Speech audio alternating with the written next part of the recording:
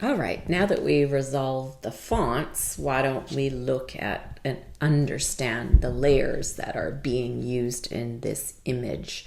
So in Photoshop, and I assume similarly in GIMP, you would have a little place where you could see that the layers, what they are. So in this case, each piece of tech word is a layer, which allows you to really move it around and manipulate it much better. You could do all the font in an image all in one layer.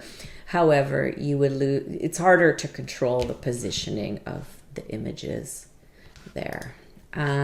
So when you click, you see you're able to edit. You can change font size. There are way more like complex things you can do with the look and feel of the font. But if you're a beginner, go slow and explore those things as you're ready. So there are 5 layers in this image. And whatever is on the top of the list is going to be in front. So if, for example, I was to move the word paper, which I don't know why I would do, but if I put it under here, it would then be behind that. So just so you understand that. And in this case, this image was created with a background. That's the background there.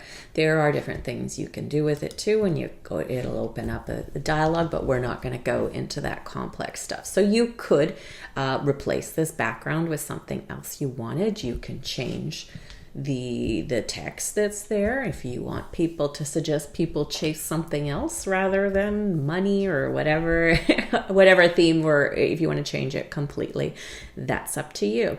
So a lot of easy beginner things that you can do to change images.